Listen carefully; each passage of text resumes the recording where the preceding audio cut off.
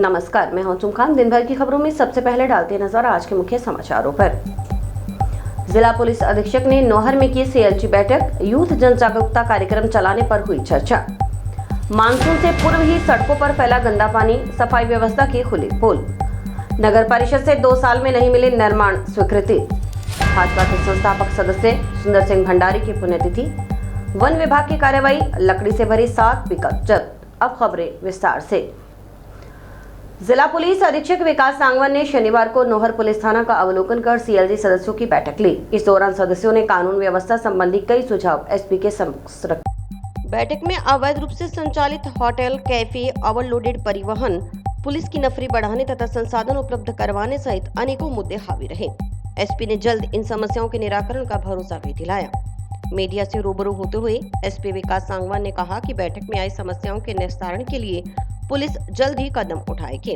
उन्होंने बताया कि जल्द ही यूथ को जागरूक करने के लिए पुलिस द्वारा जन जागरूकता अभियान का आयोजन किया जाएगा, जिसके तहत स्कूल, कॉलेज और सार्वजनिक स्थानों पर जागरूकता कार्यक्रम आयोजित किए जाएंगे।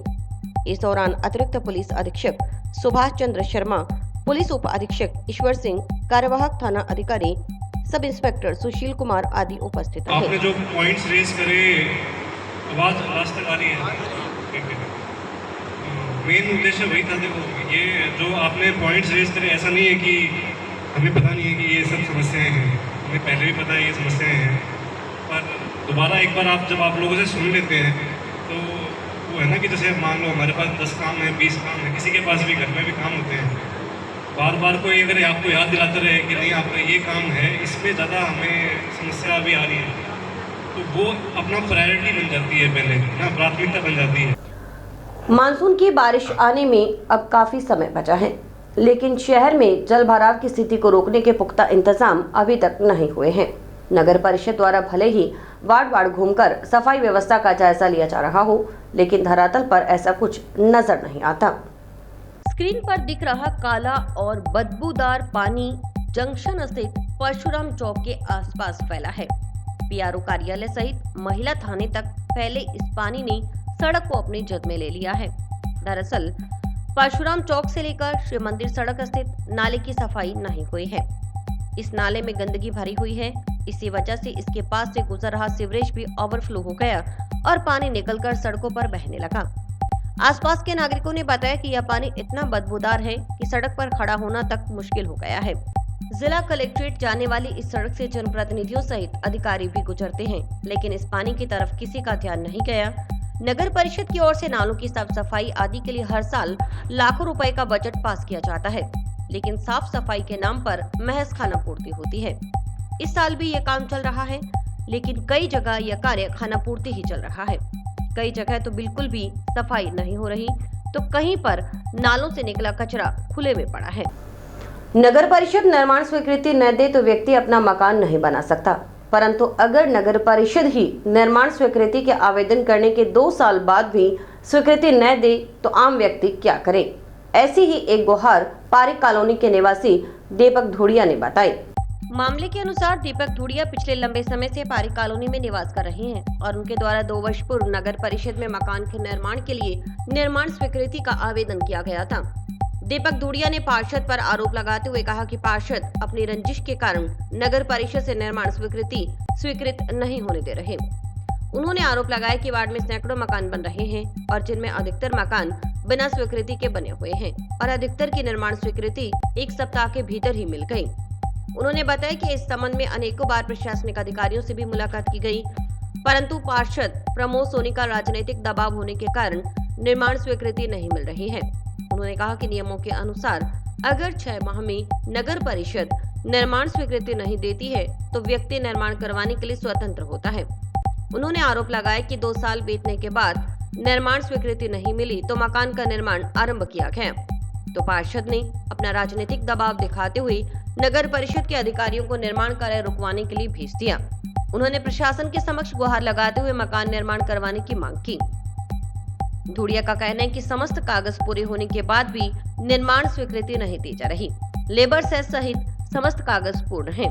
नगर परिषद हनुमानगढ़ एक पार्षद के दबाव में कार्य कर रही है, जो कि बिल्कुल सही नहीं है। मेरा ये प्लाट बिल्कुल जायज है, पटा रजिस्ट्री का प्लाट है। जिस पर नगर परिषद बार बार मेरे को परेशान कर रही है।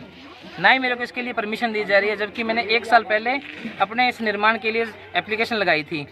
ठीक है, फिर अगस्त में मैंने लेबर सेस भी जमा करवा दिया, परंतु वार्ड पार्षद द्वारा अपने पद का दुरुपयोग करके इस निर्माण कार्य को स्वीकृति जारी नहीं होने दी जा रही है और उसके द्वारा बार बार खर्चा पानी रिश्वत की मांग की जा रही है कि 1 लाख रुपए दे दो और ये आप काम शुरू कर सकते हो।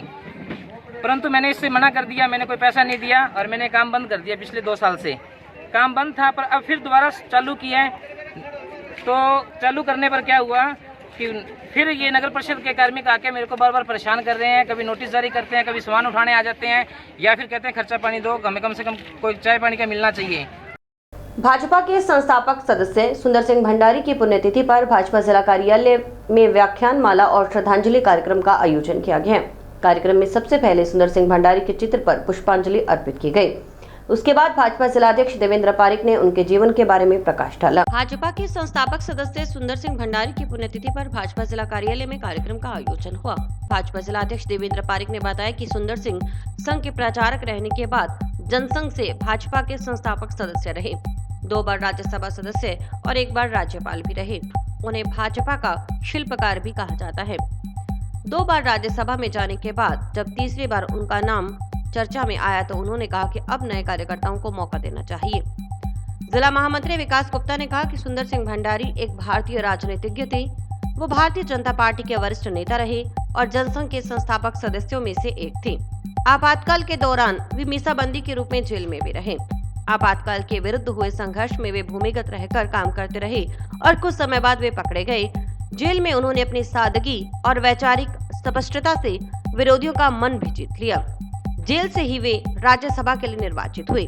श्रद्धांजलि सभा में भाजपा के अनेकों कार्यकर्ता मौजूद रहे।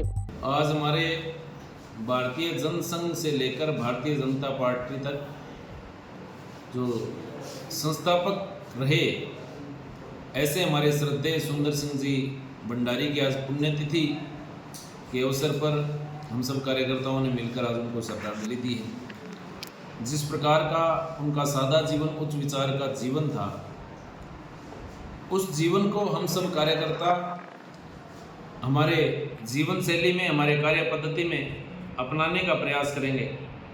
जिस प्रकार से वो 2 राज्यों के राज्यपाल रहे, राज्यसभा में सांसद रहे, लेकिन फिर भी उनकी सोच हमेशा देश सेवा की, जन सेवा की जो सोच थी, उसी सोच के साथ हम सब कार्य करें। यही आज उनकी पुण्यतिथि के अवसर पर हम संकल्प लेते हैं। वन विभाग की ओर से अवैध लकड़ियां काटकर उनका परिवहन कर ले जाए जा रहे वाहनों को जब्त करने की कार्रवाई की गई।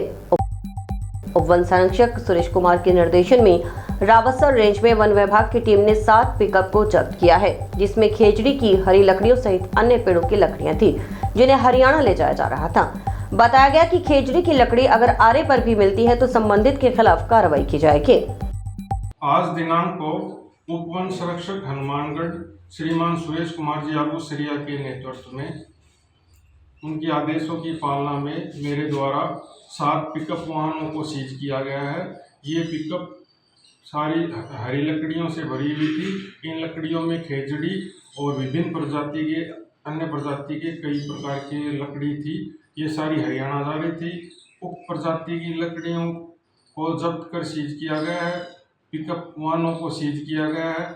उक्त कार्रवाई रावतसर रेंज द्वारा समस्त स्टाफ के द्वारा की गई है। ये कार्रवाई लगातार जारी रहेगी। आगामी दिनों में जिन भी आरा मशीनों पर खेजड़ी की हरी लकड़ियां मिलेंगी, उन आरा मशीनों को भी सीज करने की कार्रवाई उच्च अधिकारियों के निर्देशन में की जाएगी। मीरी पीरी के मालिक छठे गुरु श्री गुरु हरगोविंद साहिब जी वसंत कबीर जी महाराज के प्रकाश पर्व व गुरु अर्जुन देव जी महाराज के शहीदी पर्व को समर्पित धन धन भाई रूपचंद जी खालसा आर्मी ग्रुप द्वारा शनिवार को जंक्शन अंबेडकर चौक पर ठंडे मीठे पानी की छबील लगाई गई। छबील की शुरुआत नगर परिषद सभापति सुमित रणवा सहित समस्त श्रद्धालुओं द्वारा क्षेत्र की सुख समृद्धि और खुशहाली की अरदास से की गई। सुबह 9 बजे से शाम 5 बजे तक चली छबील में हजारों राहगीरों को ठंडा मीठा पानी पिलाया गया। कार्यक्रम में शहर के समस्त गुरुद्वारों के प्रतिनिधियों ने भाग लिया। गुणी ज्ञानियों ने संगत को छठे गुरुजी के जीवन इतिहास के बारे में जानकारी दी। उन्होंने कहा कि छठे गुरुजी ने ग्वालियर की किले से रिहाई के समय 52 राजाओं को भी अपने साथ रिहा करवाया था। इस कारण गुरु साहिब को बंदी छोड़दाता भी कहा जाता है। वाहिगुरू जी का खालसा वाहिगुरू जी की फतेह। ਅੱਜ ਦੀ ਜੋ ਛਬੀਲ ਲਾਈ ਗਈ ਹੈ ਗੁਰੂ ਹਰਗੋਬਿੰਦ ਸਿੰਘ ਪਾਤਸ਼ਾਹ ਦੇ ਜਨਮ ਦਿਹਾੜੇ ਦੇ ਖੁਸ਼ੀ ਵਿੱਚ ਲਾਈ ਗਈ ਹੈ ਔਰ ਇਸ ਦੇ ਵਿੱਚ ਸਾਰੇ ਰਾਹੀਂ ਪ੍ਰਦੇਸ਼ਾਂ ਨੂੰ ਠੰਡੇ ਪਾਣੀ ਔਰ ਜਲ ਸੇਵਾ ਕੀਤੀ ਗਈ ਹੈ। ਇਹਦੇ ਵਿੱਚ ਮੁੱਖ ਅਤਿਥੀ ਸੀ ਸਾਡੇ ਸ਼ਹਿਰ ਦੇ ਚੇਅਰਮੈਨ ਸਮਿਤ ਜੀ ਰਣਵਾ ਅਤੇ ਪਾਤਸ਼ਾਹ ਮਨੋਜ ਬੜਸੀਵਾਲ, ਪਾਤਸ਼ਾਹ ਬਲਰਾਜ ਸਿੰਘ ਧਾਨੀਵਾਲੀਆ ਹੋਰ ਵੀ ਸ਼ਹਿਰ ਦੇ ਗਣਮਾन्य ਆਦਮੀ ਸੀਗੇ ਜੋ ਸੌਰਵ ਜੈਨ ਜੀ ਸੀਗੇ ਵਿੱਚ ਸੌਰਵ ਸ਼ਰਮਾ ਜੀ ਪਾਰਸ਼ਦ और इन्हें सारे मिलके सब सारी संगतां दे सहयोग दे नाल ये छबील लाई गई है। वाहिगुरू जी का खालसा वाहिगुरू। नशा मुक्ति जन जागरूकता कार्यक्रम के तहत यूट्रन नशा मुक्ति एवं पुनर्वास केंद्र पर जन जागरूकता कार्यक्रम का आयोजन हुआ, जिसमें नशे से लड़ रहे युवाओं को नशे से दूर रहने के लिए प्रेरित किया गया। नशा मुक्त भारत अभियान के तहत मनाए जा रहे जागरूकता सप्ताह के तहत यूट्रन नशा मुक्ति एवं पुनर्वास केंद्र में कार्यक्रम का आयोजन हुआ। इस मौके पर नशा मुक्ति केंद्र में नशे से लड़ रहे युवाओं को नशा छोड़ने और समाज की मुख्य धारा से जोड़ने के लिए प्रेरित किया गया। इस मौके पर मनीष मक्कासर ने नशे के दुष्प्रभावों से युवाओं को अवगत करवाया। इस दौरान फलों का भी वितरण किया गया। यूट्रन नशा मुक्ति केंद्र में आने का मौका मिला, सौभाग्य प्राप्त हुआ हमारे युवा साथियों के बीच में आने का, हमारे बुजुर्गों के बीच में आने का। और आज हम सब ने ये संकल्प, खुद ने भी संकल्प लिया है और हमारे युवा साथियों को भी संकल्प दिलाया है कि हमें इस नशे से दूर रहना है, अपने परिवार का, अपने गांव का, अपने समाज का नाम रोशन करना है। और मैं सभी से निवेदन भी करना चाहता हूं कि अकेले प्रशासन के अगर सहारे आप नशा मुक्त हनुमानगढ़ या नशा मुक्त भारत बनाना चाहते हो तो ये संभव नहीं है। हम सबको मिलकर इस नशे के खिलाफ लड़ाई लड़नी पड़ेगी। हमारे गाँव में, शहर में जहाँ भी नशा बिकता है, गाँव के लोगों को, शहर के लोगों को प्रशासन का सहयोग करना पड़ेगा। जो भी नशा बेचता है उसे नशा बंद करवाने के लिए उसे कठोर से कठोर सज़ा दिलवानी पड़ेगी, ताकि हमारे गांव में, हमारे शहर में, जो हमारे परिवार में हमारी युवा पीढ़ी है ये बच सके और ये परिवार का नाम रोशन करें, अच्छे पढ़ें, अच्छे खेलें। और मैं तो आपके माध्यम से राजस्थान सरकार से भी निवेदन करना चाहता हूँ कि गाँव और शहर के अंदर अगर खेलने के लिए युवा साथियों के लिए अगर स्टेडियम की व्यवस्था हो, जिस गाँव में भी अगर स्टेडियम की व्यवस्था नहीं है वहाँ पर स्टेडियम बने, तो जो बच्चे खेल कूद में आगे बढ़ेंगे, गांव का नाम रोशन करेंगे। जो बच्चे खेलेंगे या पढ़ेंगे वो कभी भी नशे की तरफ ध्यान नहीं देंगे। और इसी के साथ समाचार समाप्त हुए। रोजाना देखते रहिए समाचार। नमस्कार।